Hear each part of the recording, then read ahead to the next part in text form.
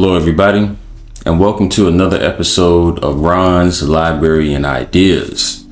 Thank you so much for tuning in. I always appreciate you guys coming in to listen to what I have to say. You know, one of the things I'm telling myself to keep in mind when I make these videos is it's of the utmost importance that I realize I need to teach these things from the perspective of, well, why should they care? Today's video is going to be about the Black Panther and the Black Panther 2 and why you should care about that. You know, the way mythology works, the way these movies work, is that we can always see ourselves a little bit in the main character, the hero of the story. Well, you are the hero in your very own personal story. You are very important. It's all about you. So when we go out to see these movies, the powers that be, they know that they can push agendas, they can send messages, push themes during these movies. So they take every opportunity that they can to do just that, to push an agenda on you. Now, when I first watched Black Panther, the first one, I left that movie a little upset, but not because we didn't get a good image of T'Challa or he was represented in a bad way. I just thought T'Challa could have did more. You know, those two heroes, depending on how you look, and T'Challa and Killmonger, it's like if you could have mixed them and got a perfect balance, that would have been the ideal person to lead Wakanda. Now in Black Panther 2, I walked out feeling like, not really excited about seeing the third one. And part of that reason is because of how they were showcasing the men in this movie. I guess we can get this over with now. You can't have one without the other. You can't have a functioning society when your men and your women aren't acting in balance. And that's what we see in the second Black Panther movie. A lot of the male characters from the first movie no longer there. So now we have a nation that's out of balance with herself, and she's suffering for that. Or the people are suffering for that because of that lack of male leadership. You know, when you have man and woman working together in our natural roles, the things we're able to accomplish is phenomenal. Now, I'd like to point this out, not only any kind of arrogance, but just matter of fact. The first man and woman on the planet was the black man and the black woman. And from that union, from that balanced union, we are able to make civilizations that lasted thousands upon thousands of years. Now, we like to think of Egypt as being like the peak of our society, when in reality, Egypt was the start of our decline. We had civilizations with men and women working together way before then. Go back to the times of Atlantis and Lemuria, and their civilizations even older than that. So when you look at this new Black Panther 2 movie, T'Challa's not in it. They decided not to recast that role. And in my opinion, again, how this relates to you, you are the hero in this story. So either you can see yourself in T'Challa, or you can see yourself in Shuri, or the Queen Mother, or maybe in all of them. But that positive image, that positive feeling that a lot of us were left with after watching the first Black Panther, powers that be is, okay, now we have to give some balance to this. Because Wakanda was like revealing itself to the world, being the most advanced nation in the world, and having resources that they can give out to help people. Now in this movie, the king is dead. Spoiler alert, I hope you've seen it by now. The Queen Mother gets killed as well. And they get attacked by a foreign invader, which was Namor and his people, who happen to have that same resource, but just a different version of it. Now, Black Panther, the first one, with Eric Killmonger, we could relate to that. Well, let me say I could relate to that character because I've grown up in America. I know what it's like to grow up in this place. I see the hell that we catch, the war that's being waged on us. And because of that, I can understand Killmonger's point of view.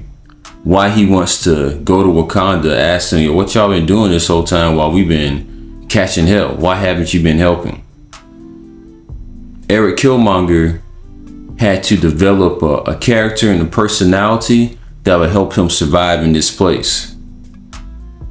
Now that personality, that mindset that he had is a lot different from T'Challa's, because T'Challa was growing up in a kingdom full of people who looked like him, who loved him, in a functioning society with a male and woman, or a man and woman, showing you what society can look like when we're all in balance. Eric didn't have that. Eric's world was turned upside down when his father was killed. And notice they didn't show his mother in that first movie either. So you have like a dysfunctional unit raising the child, and that dysfunctional unit was America. So America produced Eric Killmonger, and Killmonger was about to come back and do some business. Now in the second movie, we have Shuri, and we have mostly women running Wakanda after the death of the king. Now, I guess the dopest scene in there is at the very beginning when they're showing you the funeral rites. Because death isn't it. When you die, that's the beginning of your true life. Life is that thing which lasts forever. Death is the thing that's temporary. So because your life down here is temporary, this isn't the true life. Your true life lasts forever. And that happens when you leave here. So when they show T'Challa's casket being ascended up to that ship and being sent off somewhere, that's a symbolic image of what will happen to you one day. Your spirit and your soul will leave your body and move on to something greater. But while you're down here, they want to put these images out into your head and to other people's head of a dysfunctional black society. Someone not thinking with enough logic and reason when making decisions that's going to affect the people of the country. That's what we got from Shuri. Shuri was actually turning her back on her ancestral teachings, and you will suffer because of that as well. While when T'Challa went to that astral room, he was able to see a whole lot more of his ancestors and speak to his father. Spoiler alert, when Shuri went, because of that anger that she was holding on to, that desperation, that upper ancestral room was closed off to her. She can only vibrate and see somebody like Eric Killmonger because he was on that same vengeful tip. Maybe there's a subtle lesson in that. That subtle lesson being, I was supposed to get the timer on this so I can make myself start and finish at a reasonable time. But maybe that lesson that you're supposed to take from this is that if I hold on to this anger, if I'm not in a positive state of mind, I'm not going to be able to access the full extent of my abilities. And when you have black men and black women at war with each other, and we're not operating in a functional, balanced relationship, there's going to be a whole lot of struggles. There's going to be a whole lot of strife. And that in turn keeps us in a lower mind state or a lower vibration. So again, we can't access the things that we're supposed to. These abilities, this knowledge, as long as they can keep us stressed out and thinking that this is normal, we won't be able to access it. But if you start to think and really reprogram yourself and start questioning, that's when it gets easier to tap into those abilities. They want to show us this image of a Wakanda without male leadership to push this idea. We'll see the woman, we can do it all by ourselves. It's nonsense. Men, we can't run the planet or a functioning society without our woman. Woman, you can't run the planet or a functioning society without your men. We need each other. And they almost, it's like another agenda that they push out there. They show some flirtation between Shuri and Namor. Now that was a masculine presence in the room or in the movie. that was determined to do whatever he deemed necessary to protect his people. And then you had Shuri, who was kind of like flirting with him a little bit, understanding his point of view. Another thing to keep in mind is that this whole divestment movement, this idea to push black women away from black men, to divest out of community, do what you want to do, but do it because you want to do it and not because it's been pushed upon you. Again, like I said, black men and black women, for most of the time that this planet or this plane of existence has been, it was just us. And the way we ran our societies, we were able to build societies that lasted thousands upon thousands of years. There's a way for us to get back to that, but that way has to be through us learning some knowledge of self. You're the most important person in your story. You're the hero in your own story, the hero or the heroine. You're gonna have to do what is necessary to bring out your full potential. Because you operating at your best, we get enough people doing that and this thing automatically changes. It's funny how these different synchronicities come about. I was looking for something to read to you guys out of Joseph Campbell's The Hero with 1,000 Faces. And I happened to turn to this section that I had highlighted and listen to what it says. The universal doctrine teaches that all the visible structures of the world, all things and beings, are the effects of a ubiquitous power out of which they rise, which supports and fills them during the period of their manifestation, and back into which they must ultimately dissolve. This is the power known to science as energy, to the Malaysians as mana, to the Sioux Indians as Wakanda, the Hindus as Shakti, and the Christians as the power of God. Its manifestation in the psyche is termed by the psychoanalyst libido, and its manifestation in the cosmos is the structure and flux of the universe itself. What that is basically saying is that there's a underlying energy that everything springs out of. That energy or that underlying being, that is God. God is in everything. God is in you. You are God having a different experience. Just a different version of it.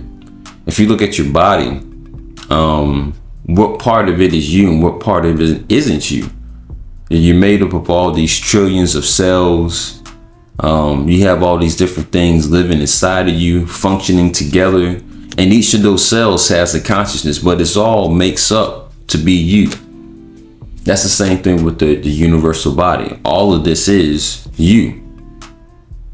And isn't it interesting that we got all this publicity for the Black Panther in the nation of Wakanda, but never once have I heard Disney or Marvel talk about the fact that there is a Wakanda right here in the United States.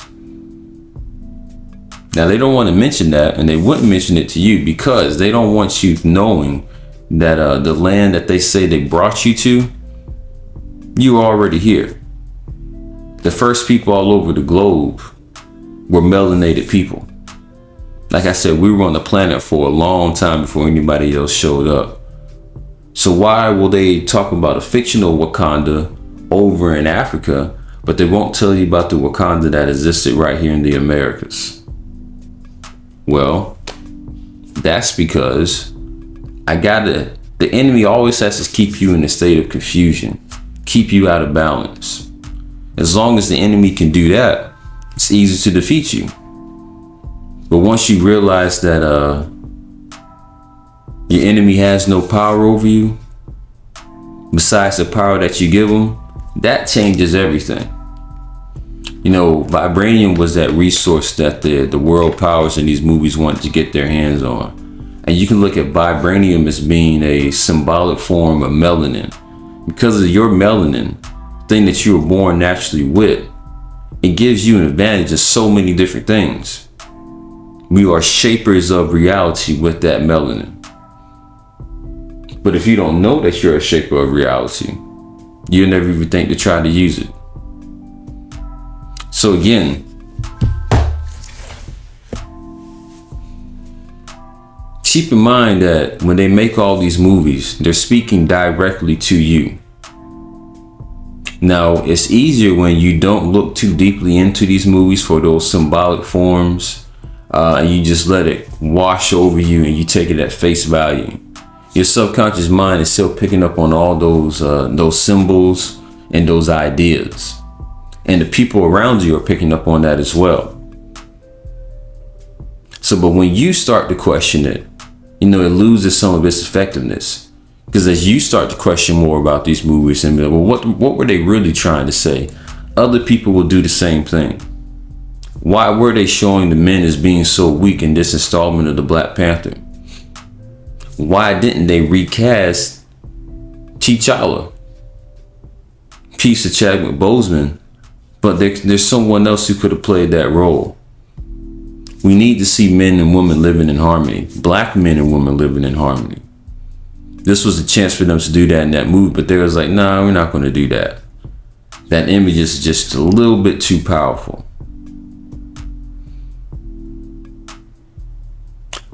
Once you get yourself to a peaceful state of mind, you'll be amazed at what you can make happen.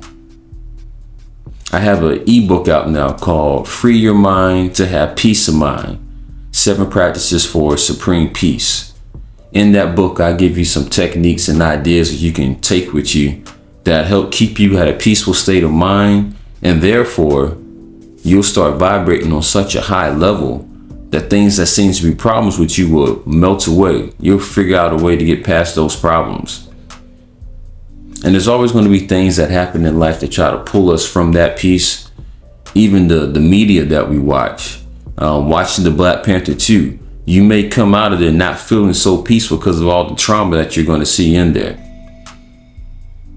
But when you start to question, when you start to realize, okay, they didn't just do this for any old reason, that's when that programming stops working on you. I also have a head wrap line, God Body Elements. I'm going to leave a link for that as well as my ebook in the description to this video. Make sure you give that a check out and start adorning yourself as the God body that you are.